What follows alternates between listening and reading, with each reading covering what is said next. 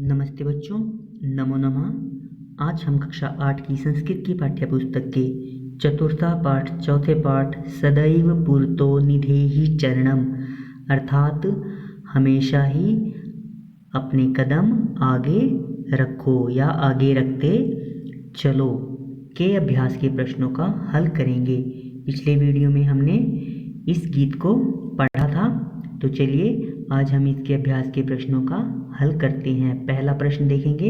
पहले प्रश्न में आपको क्या करना है, पाठे दत्तम गीतम सस्वरम गायत अर्थात पाठ में दिए गए गीत को आपको स्वयं गाना है या स्वयं गाने का अभ्यास करना है। दूसरा प्रश्न देखेंगे। दूसरे प्रश्न में आपको क्या करना है, अधोलिखितानां प्रश्नानां उत्तराणि एक पदेन लिखत अर्थात नीचे लिखे गए प्रश्नों के उत्तर आपको एक पद में या एक शब्द में लिखने हैं। क देखेंगे, स्वकीयम साधनम किम भवति। हमने पाठ में पढ़ा था कि अपना साधन क्या होता है। पाठ में क्या पढ़ा था, बलम ही स्वकीयम साधनम भवति, बल ही अपना साधन होता है। तो उत्तर क्या है, बलम अर्थात बल, बल ही अपना साधन होता है। ख देखेंगे, पथि के विषमा प्रखरा, पथ अर्थात रास्ते में कौन विषमा असामान्य या ऊंचे नीचे और नुकीले हैं क्या, पत्थर। हमने पाठ में क्या पढ़ा था, पथि पाषाण विषमा प्रखरा अर्थात रास्ते में ऊंचे नीचे असामान्य नुकीले पत्थर हैं। तो यहाँ पर उत्तर क्या आएगा इसका, पाषाण अर्थात पत्थर।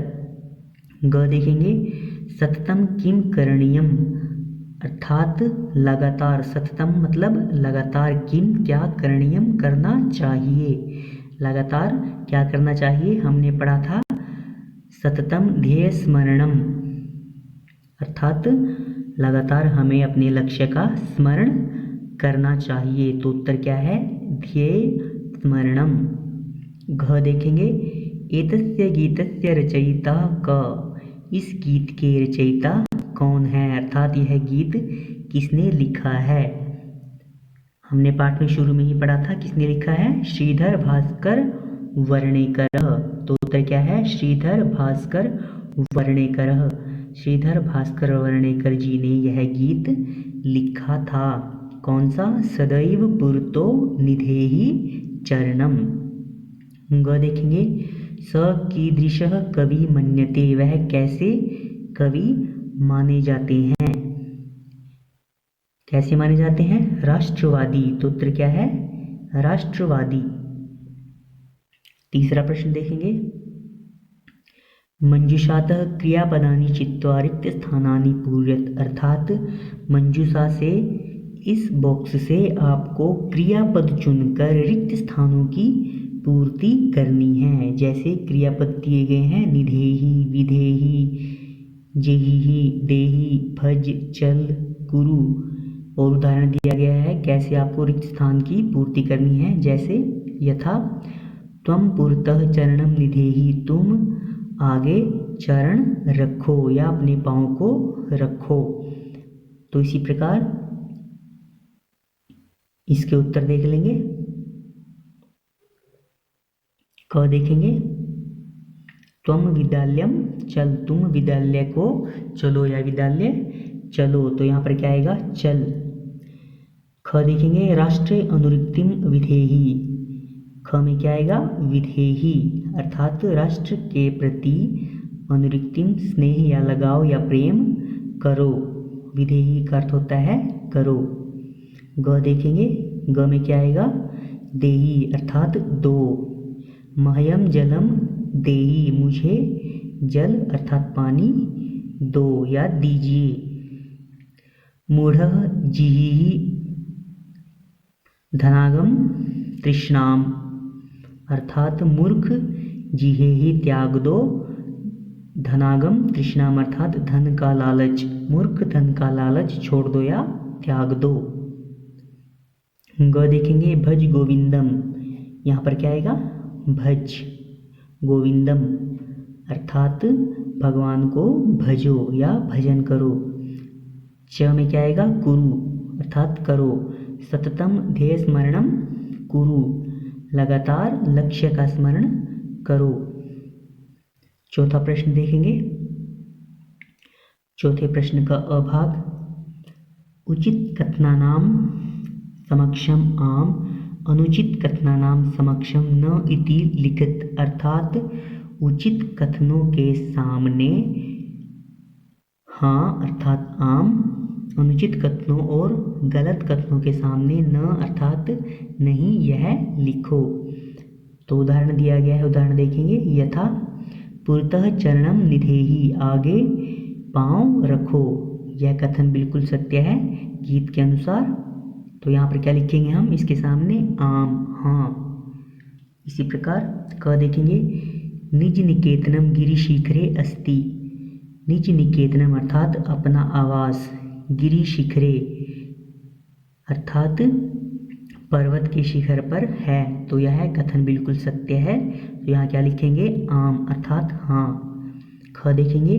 स्वकीयम बलम बाधकम भवति, स्वकीयम बल अर्थात अपना बल बाधकम बाधक होता है।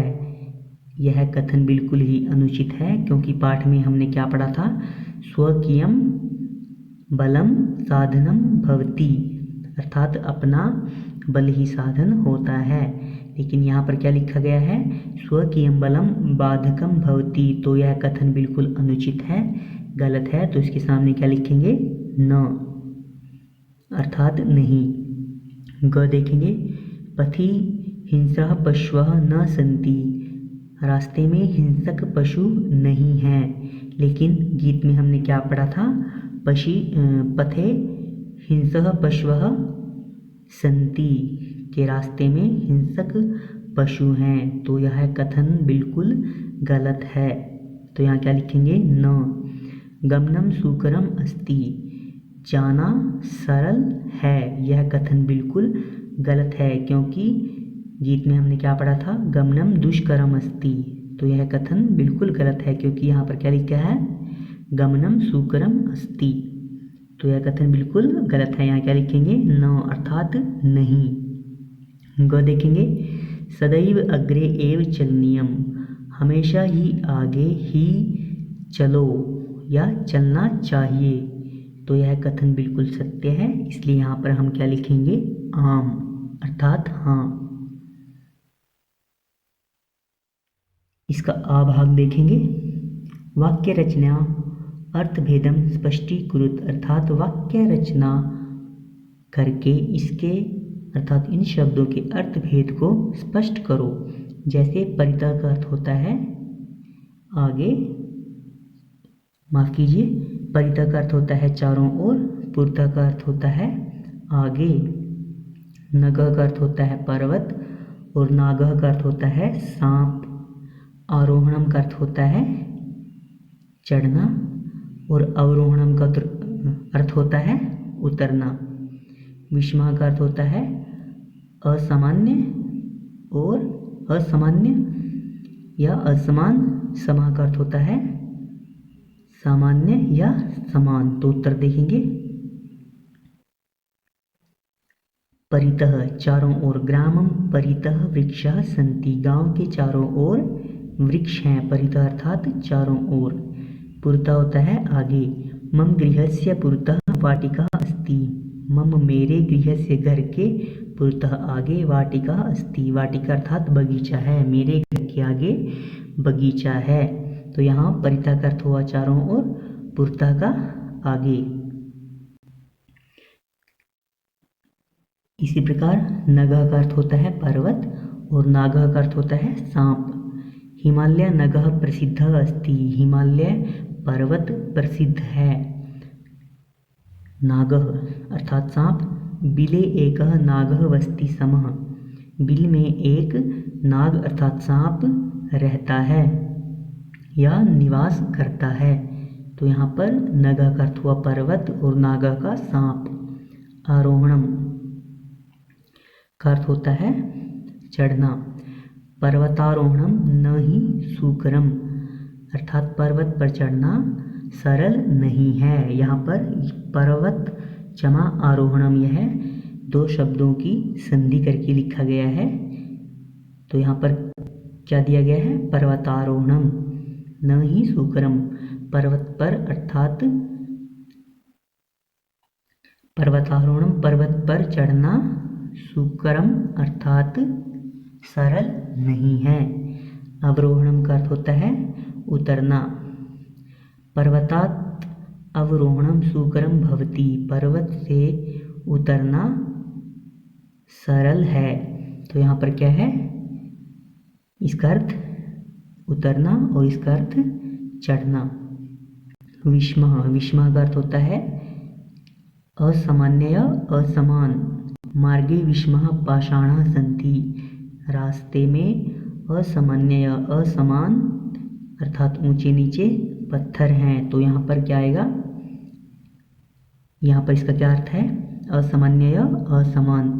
समः अर्थात इसका अर्थ है सामान्य या समान। सर्वे जना समः सन्ति, सभी जन समान हैं। पांचवा देखेंगे, मंजूषातः अव्यय पदानि चित्वा रिक्त स्थानानि पूर्यत, अर्थात इस मंजूषा से आपको अव्यय पद चुनकर रिक्त स्थानों की पूर्ति करनी है। अव्यय पद क्या होते हैं? अव्यय पद वह शब्द होते हैं जो लिंग, वचन और किसी प्रकार भी वाक्य में परिवर्तन, अर्थात इन शब्दों में परिवर्तन किसी भी प्रकार के वाक्य में प्रयोग करने के बाद इन शब्दों में परिवर्तन नहीं होता, न ही लिंग के आधार पर और न ही वचन के आधार पर। यह शब्द वैसे के ही वैसे प्रयोग किए जाते हैं, इन्हें अव्यय शब्द कहते हैं। तो इनका उत्तर देखेंगे कैसे इनका प्रयोग करके रिक्त स्थानों की पूर्ति करनी है। विद्यालयस्य पुरतः एकम उद्यानम अस्ति, अर्थात विद्यालय के आगे एक उद्यान अर्थात बगीचा है। तो यहाँ पर क्या आएगा? पुरतः, आगे। ख सत्यम एव जयते, सत्य ही जीत होता है, सत्य की ही जीत होती है। एव अर्थात ही, यहाँ पर क्या आएगा? एव। ग किम भवान स्नानम कृतवान खलु, किम क्या भवान आपने स्नानम स्नान कृतवान किया, निश्चय ही। खलु का अर्थ होता है निश्चय, क्या आपने निश्चय ही स्नान किया, यहाँ पर आएगा खलु। ख देखेंगे, स यथा चिंत्यति तथा आचरति, वह जैसा सोचता है वैसा ही पाता है या आचरण करता है। ग्रामम परितः वृक्षा सन्ति, गांव के चारों ओर वृक्ष हैं। तो यहाँ पर क्या आएगा? परितः अर्थात चारों ओर। च विद्याम विना जीवनम वृथः, अर्थात विद्या के बिना जीवन व्यर्थ है। तो यहाँ पर क्या आएगा? विना।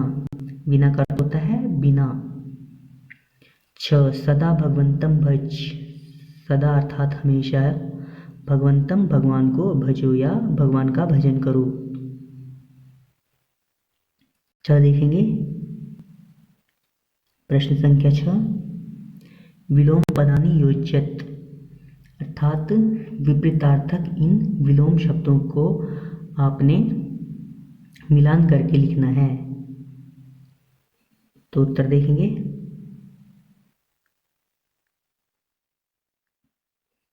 पुरतः का अर्थ होता है आगे, पृष्ठतः पीछे, स्वकीयम अपना, परकीयम दूसरे का, भीति होता है डर, साहस का अर्थ होता है साहस, अनुरक्ति होता है प्रेम, स्नेह या लगाव, और विरक्ति अलगाव। गमनम का अर्थ होता है जाना और आगमनम का आना। सातवां प्रश्न देखेंगे। सातवें प्रश्न का भाग, लट लकार पदेभ्य लोट विधिलिंग लकार पदनाम निर्माणम कुरुत, अर्थात लट लकार के पद के द्वारा आपको लोट लकार और विधिलिंग लकार के पद का निर्माण करना है। जैसे लट लकार प्रथम पुरुष एक वचन दिया गया है पठती, तो लोट लकार में क्या बनेगा पठतु, और विधिलिंग लकार में पठेत। लट लकार हमारा वर्तमान काल होता है। लोट लकार का प्रयोग हम अनुज्ञा या आदेश के रूप में करते हैं, और विधिलिंग लकार का उपयोग संभावना के या किसी प्रकार की संभावना के लिए करते हैं। लट लकार होता है वर्तमान काल, लोट लकार का हम प्रयोग करते हैं अनुज्ञा या आदेश में, और विधिलिंग का संभावना में। तो इसी प्रकार इन सब के उत्तर देख लेंगे।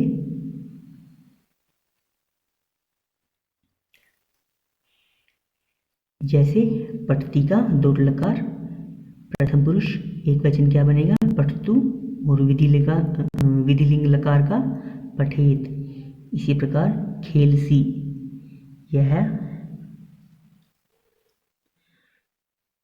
मध्यम पुरुष, तो लोट लकार में क्या बनेगा खेल, और विधिलिंग लकार में खेले।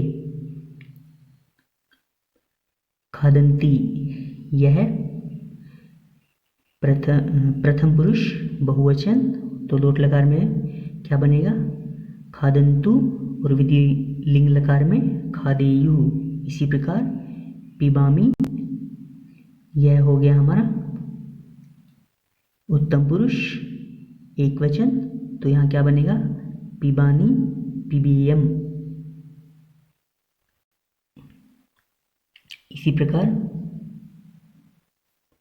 यह प्रथम पुरुष द्विवचन, इसी प्रकार लोट लकार में क्या बनेगा हस्ताम, और विधिलिंग लकार में हसेताम। नयामः, यह है उत्तम पुरुष बहुवचन, तो यह क्या बनेगा लोट लकार नयाम, और विधिलिंग लकार में नयेम। देखेंगे अभाग अधोलिखितानि पदानि निर्देशानुसारम परिवर्तयत, अर्थात नीचे लिखे गए पदों को निर्देशानुसार परिवर्तित करके लिखो। अर्थात जैसे गिरिशिखर का सप्तमी एक वचन लिखना है तो क्या लिखेंगे गिरिशिखरे। इसी प्रकार इन सभी शब्द रूपों का आपको भिन्न भिन्न विभक्ति और वचन लिखना है।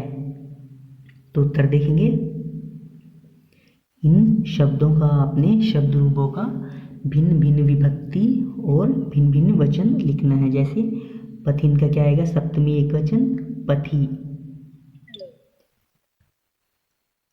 राष्ट्रीय का क्या आएगा चतुर्थी एक वचन राष्ट्राय, पाषाण का सप्तमी एक वचन पाषाणे, यान का द्वितीया बहुवचन यानानि, शक्ति का प्रथमा एक वचन शक्ति, पशु का सप्तमी बहुवचन पशुषु। तो यह था आपका अभ्यास के प्रश्नों का हल।